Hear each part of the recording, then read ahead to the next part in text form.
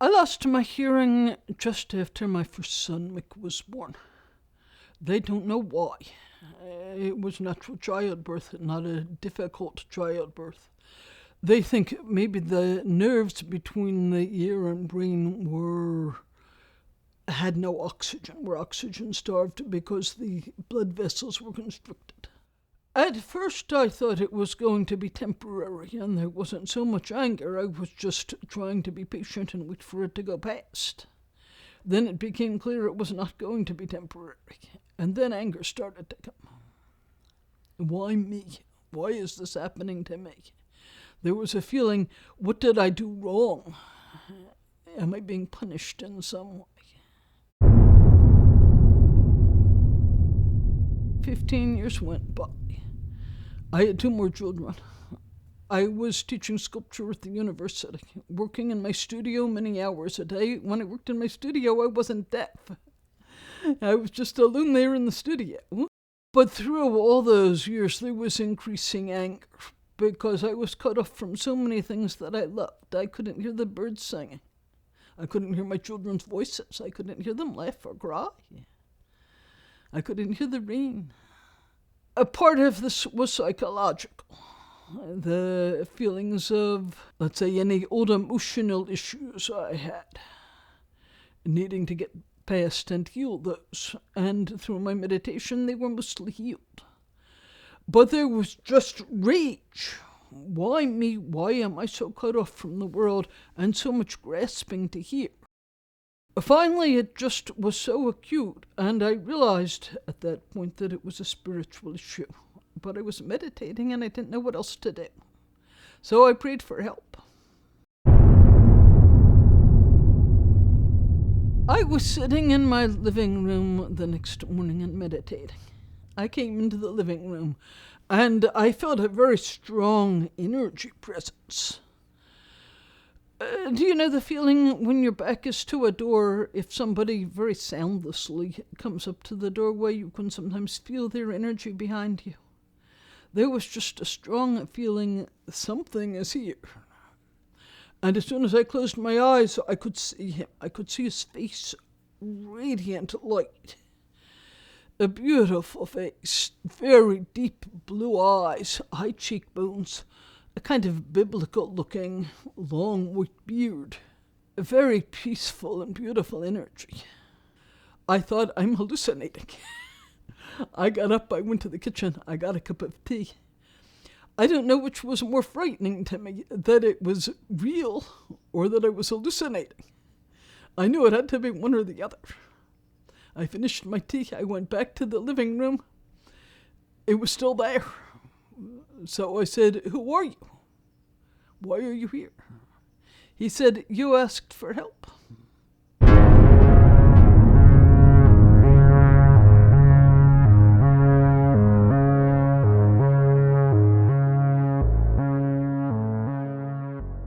At first, he said, just call me teacher. Eventually, I asked him for a name, and it felt like a great honor when he shared the name Aaron with me. That he was entrusting me with something based on the inner work that I was doing. He said Aaron was a being he had been in a past lifetime, and that he was not identified with being Aaron. Simply, out of all his past lifetimes, he needed a personality to base himself on, because just relating to light and energy was hard for me. I needed a personality. He's lived in so many cultures, races, religions. He has no identity with any of them. He runs the whole depth of human experience, but what he is now is simply this being of light. That's the only thing he identifies himself as, and it's not a sense of, I am light, but rather everything is light.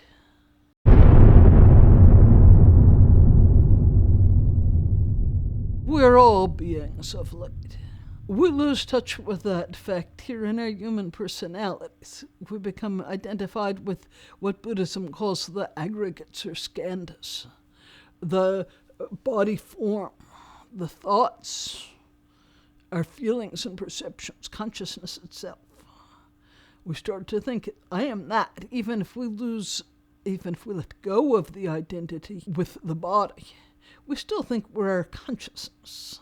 That's hard to let go of identification. I had an old Mongolian Lama who used to say, hey, people are not wrong in thinking that they exist. And they go and say, well, I'm me. That's not wrong, because they are themselves. But what they do that is wrong is they go around saying, I'm really me. I really exist. They say that. In other words, the way I imagine I exist is really the way I do exist. Whereas actually the way we really do exist is not the way we imagine. People are always trying to position themselves and reimagine themselves in a way that they consider favorable. Often these constructions of self-identity and self-attitudes are artificial, they're not based on true knowledge of who oneself is, and they lead persons away from who they truly are, and they become more and more dependent on the things around them. So even though it should be very simple to discover the divine and discover oneself, people actually become distracted, they become attached to which they are finding in those distractions, and end up going in a totally wrong direction rather than the way that their easiest and deepest selves would lead them to go. We, in fact, can be more than this body of flesh and blood. But if this is all you think you are and all you know, you will carry that illusion after death, because you no longer are flesh and blood, but you think you are, into the next world. And in that next world, that becomes a very painful way to be in a world of nothing but brutality and selfishness and cruelty, because it's just a world literally of torment.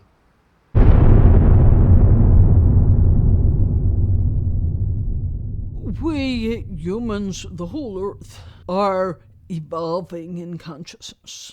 We all began with a kind of archaic consciousness. We see that magical consciousness in children.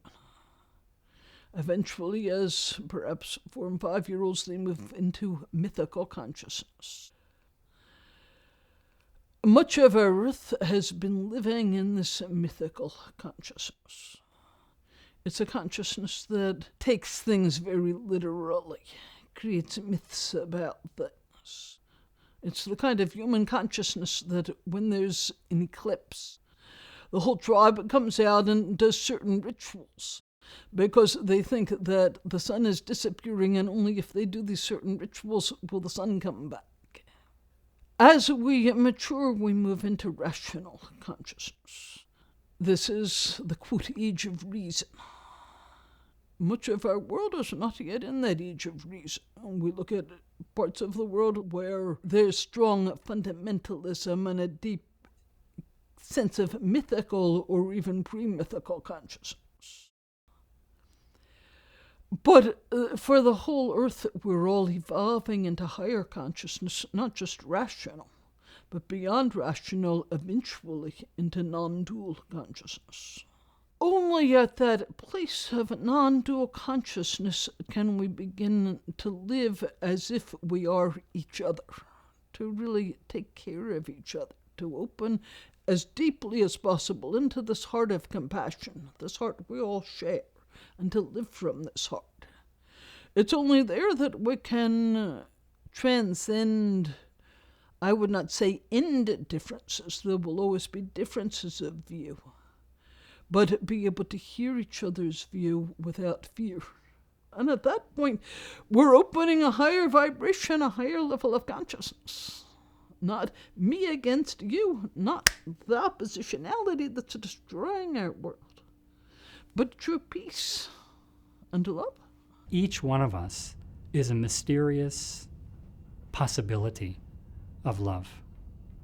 And as we discover that about ourselves, we begin to discover it about others around us. We begin to relate to them, not as problems to be fixed, but as, in a sense, as mysteries to be encountered, mysteries to be discovered, mysteries to grow into fullness in our midst. So I may have desires, I may be angry, people may be hurting me, life may be confusing, But insofar as it's possible, I can choose to do the right thing. I can choose to be compassionate. I can choose to love instead of hate. And I think this possibility, which is very, very deeply ingrained in the Christian tradition, really means that we're not simply bodies, we're not simply victims, but that somewhere in everyone's life there is the ability to make a choice against evil and for good, against hatred and for love. Be kind all the time, right? I mean, that's the thing, is everything response. Have empathy, have humility, have an understanding, put yourself in the other person. We're all creating God's image, right? So literally you are walking in the other person's shoes. How does that person feel? Validate the feelings. Have the focus for a second. Take out your agenda. Put it aside. You can bring it back later, but put it aside for a moment. Put the agenda aside. What is this person feeling? Why are they feeling it? Validate it. Okay, now let's talk about it. Then bring back your agenda and begin to have that dialogue. And your willingness to do that really changes how you're going to interact with people.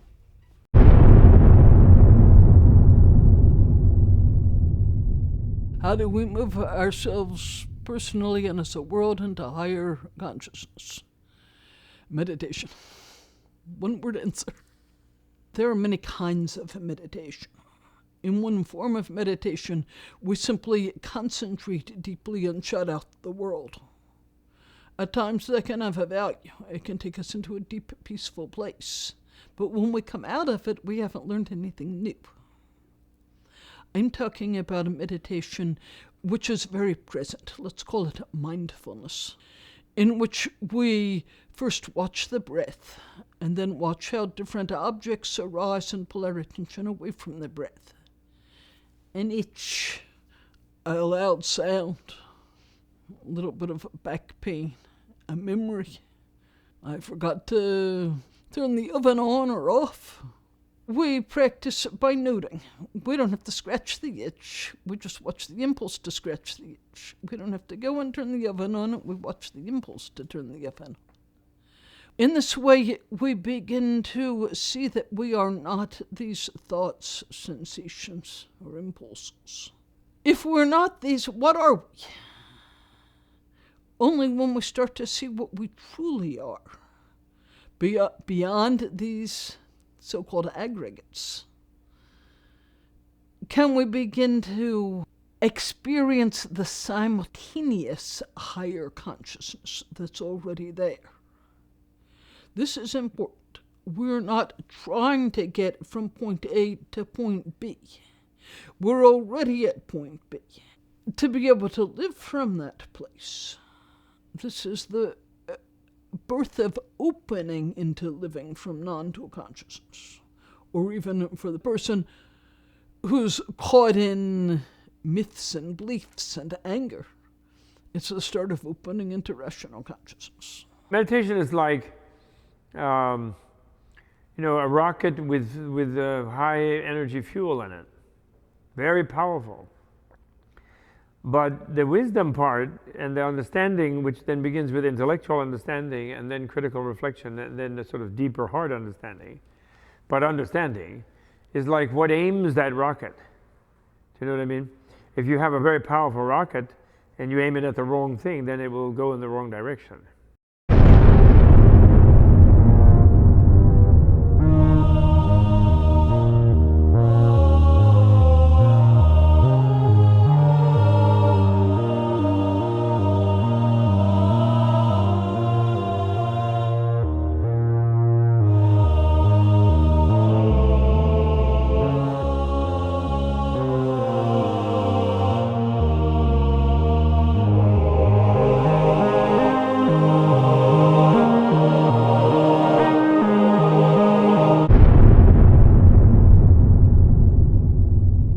I cannot say that Jesus came down and took my hands and baptized me, only that the experience that I had was deeply transformative. This was within the first year of my meeting Aaron. I was learning to let go of stories and attachments, old views, to move into a higher and more open level of consciousness. There was a lot of fear, will I annihilate myself? What happens if I really know that I'm not this body, I'm not this mind, I'm not even this consciousness? I could see in my meditation this spaciousness and light, but I was afraid that if I fully moved into it, this that I had come to know for all these years as Barbara would disappear. What will happen to me? This came to a head through a series of events in which I was asked to meet with somebody who was very angry and causing a lot of unrest among other people. I couldn't break through his anger. They did this to me. They deserve my doing something back. And I couldn't break through it. The night after meeting with this man, I was sitting and meditating through much of the night, trying to understand the mix of feelings I had. As I sat in meditation, I had the strong image of a strong feeling of a spiritual, powerful spiritual presence, and the energy that I've come to know as Jesus. And he asked me to come with him to the sea. The metaphor is just going under the water, letting go, submerging, releasing the small self, trusting the truth of the greater self. At one level, Jesus is separate from me. At another level, Christ consciousness is not separate from any of us. Jesus himself was a specific being who deeply exemplified Christ consciousness. The baptism that he offered, first of all, I was not raised a Christian. I had no idea what baptism means, only that he was offering this, and at some level I needed to trust it. What I understood it to mean after the experience was life-changing for me, because through the experience I learned to have faith not in Jesus, but in the Christ consciousness that is within. He said to me at that time that the baptism meant that I opened my heart with love to the deeper truth of what was there. So metaphorically, it's the death of the ego self and the, I would not say birthing, but recognition of the divine self and opening into non-dual consciousness. Then it took me years to integrate that experience and live it. I still can't say I live it fully, but increasingly I can live it. But this happened 20 years ago and I'm still learning. I assume I'll always be learning. To be human is to be in the process of becoming divine, and that our destiny is not to be separated from God or unlike God, but as the book of Genesis says, we were created in the beginning in the image of God. And the destiny of the human race is to fulfill that image so that in seeing us, people can also see what God is like. In the kind of world that you and I live in, we don't have much time. There isn't much space to do this deep work of finding out this mysterious identity that is my own self. And beyond that self, that is God, finally. That if we actually could glimpse, even for a fracture of a moment, the reality of God at the center of our being, it would change everything. We might still be doing the same things we're doing from day to day, but it would change our essential posture in the world. And it would change our way of seeing not simply God, the way we see ourselves, the way we see others, the way we live from day to day in our lives. This is the heart of all of us, this divine core. I used the illustration of the sky before. On a lightly cloudy day, you still have a sense of the sun bleeding through at times. On a more cloudy day, it may seem very dark. And on a day where there's a tornado brewing, and things are flying around and the sky is black, it's very hard to believe that there's still light out there.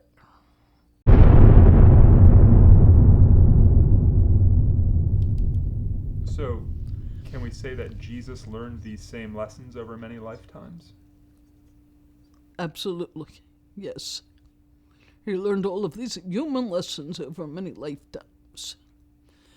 In his earlier lifetimes, he was not Jesus the Christ.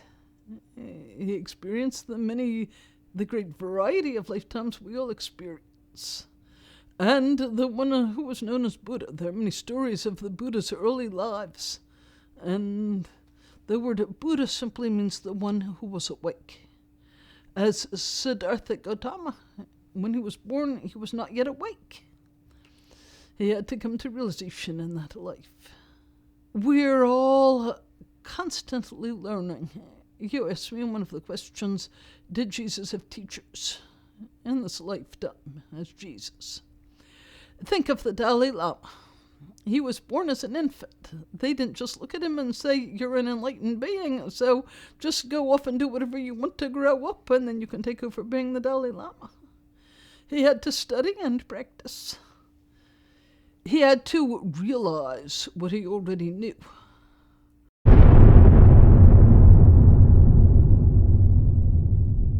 We've each lived many, many lifetimes. We can sometimes see the events of this or that past lifetime and see how we've been gradually learning something, growing in certain ways. I've seen beings that blamed others a lot. Were not able to take responsibility for the situation, but said it's not my fault.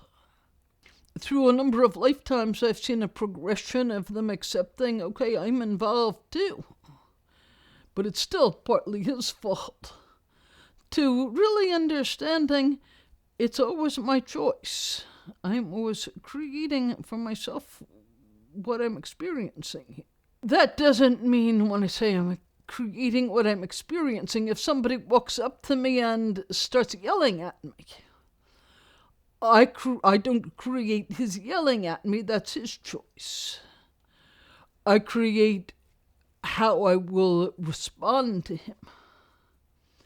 If I can respond to him hearing his anger with compassion, then I begin to resolve the karmic stream that says, his fault, why is he yelling at me, and create separation.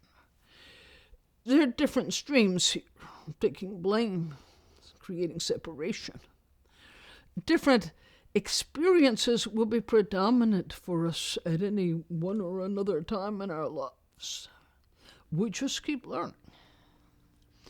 This is all the flow of karma. Well, we are all connected, but we don't know that. So we think that we're separate. So then by being separate, we do all kinds of negative things. Like the ultimate affirmation of being separate from another being is to deprive one of its body, to kill a being, by thinking that that gets them out of your universe, and that ratifies that you're not connected to it. But under the Buddha's scientific and biological view of the world, which is what karma is, that's really stupid, because all you're doing is you're cutting that being's mind away from its body, and then the mind is getting an impression of hating you and wanting revenge, if it's an ordinary being. And so it's reborn in some way and comes back at you.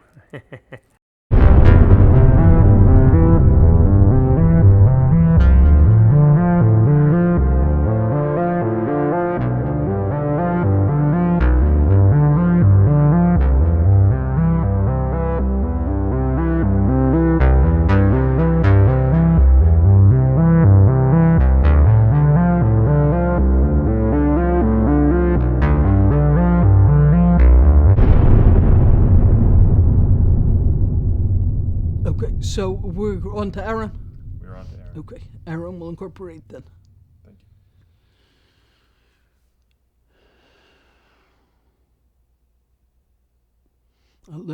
you. Are you filming? Yes, let me say something about this. When Aaron incorporates, I release my consciousness from the body and he moves literally into the body. I'm not here. I don't know what he's saying, or I'm just on the edge of consciousness where I stay so he can use my vocabulary. But he's running the body. He gets up Somebody who was with me once when he went outside said he takes the steps 2 at a time, which I as Barbara can do. Then when he's finished, he will release the body and I'll come back into the body. The body will shake a bit when he comes in because he has such a high vibration, high energy field. He says it's like putting that, like a woman putting on a tight girdle, shaking his energy field into this body, which is not a small body by any means, but it's small for that size energy field.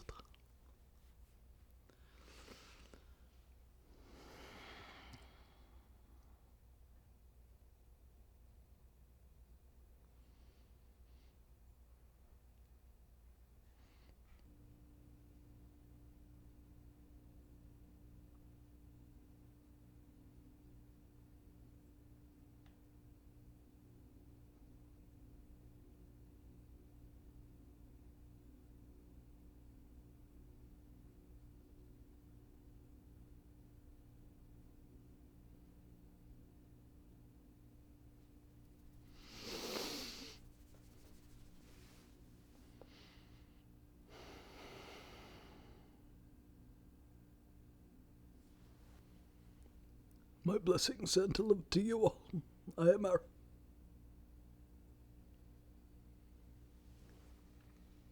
How may I be of service? Aaron, in one of the newsletters I read of Barbara's, you describe a period of vast transition that has been in the making for many hundreds of centuries. What is this vast transition? It's really what you and Barbara were talking about earlier, the transition from lower to higher consciousness. Specifically, the shift from rational and consciousness below the rational into non-dual consciousness. Non-dual is one step higher up. We move through from rational to what they call subtle consciousness, causal consciousness, moving through. The whole earth will not make this transition at the same time. You in the Western Hemisphere here are more advanced in consciousness than some of your sisters and brothers in other parts of the world. But each one who moves into a higher consciousness opens the doorway for others that walk behind. Right now, you still live in a world where you think of yourselves as separate beings. When somebody says something that angers you, tension comes up, fear and anger. If you relate to that tension from a place of scolding or judging the self, it's just more tension. As you seek higher consciousness yourself and to learn how to relate to negative thought with kindness in the self, you become increasingly able to relate to it with kindness in others. Eventually, you'll reach a stage, all of you, of higher consciousness where humans truly are telepathic. You're not ready for that yet. In a room full of people, if I ask people, if you were all telepathic right now, would that be okay with you? If you all knew what everybody was thinking? No. People are not ready for that. But increasingly, as there's compassion with one's own negative thought, there's compassion for another's negative thought. And you're no longer afraid to hear your own or others' negative thought. Then you begin to be ready to allow the telepathic abilities which are innate to you. This is a part of the transition of consciousness. So you're moving into a level of consciousness where you are more attuned to each other, living without separation, able to hear each other more fully with an open heart. And from that position, to be able to live in the world more peacefully with each other, because you are not attached to your view and trying to defeat somebody with a different view. This may seem a bit far out. I speak only from my perspective, that the world was once in this level of consciousness. In the times of, what do you think of as Lemuria? Lemurian times. You did not have a carbon-based body then. You were different creatures entirely. There was a lot more crystalline structure, crystalline energy vibration. There was a sense of the non-duality. You asked before about the shift into separation. When everybody thinks alike and there's no conflict, when nobody sees anything else as separate from itself, what catalyzes compassion? There's nothing to arouse contraction or fear, so what brings forth compassion? But the human experience was not created simply to live forever in a non-dual state. It's, if I could use the analogy of the infant, who has a brain that's just as fine as that of the 60-year-old. The 60-year-old well-educated scholar. But the infant doesn't know anything yet. The brain is there, but he doesn't yet know. In the same way, those beings that you were in Lemurian times had not yet developed the fullness of the open heart of compassion, because there was no catalyst for it.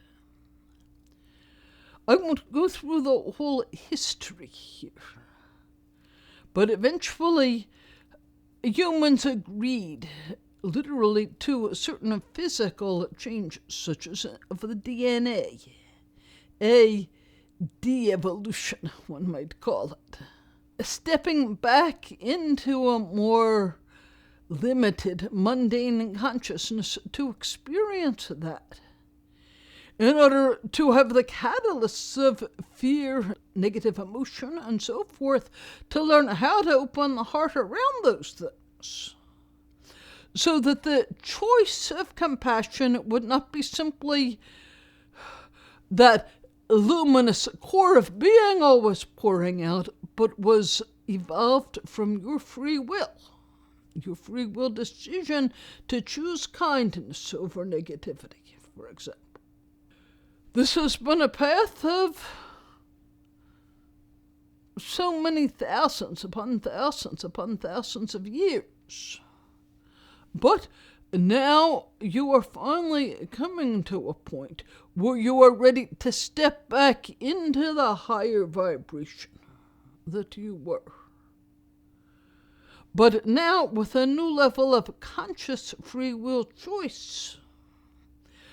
It's, if we could come back to the biblical image, the choosing, the eating of the apple, the knowledge of evil, that one has to know evil in order to consciously choose good. One, quote, falls from grace, falls out of the garden, becomes lost in negative emotion and thought and separation, and eventually grows through that into knowing the divine self. You never were really out of the garden. You only imagined you were. The garden has always been around you. But you had to move through that experience of separation to choose the divine self and to express the divine self, to suddenly look around you and say, oh, I've been home all the time. I've never left the garden.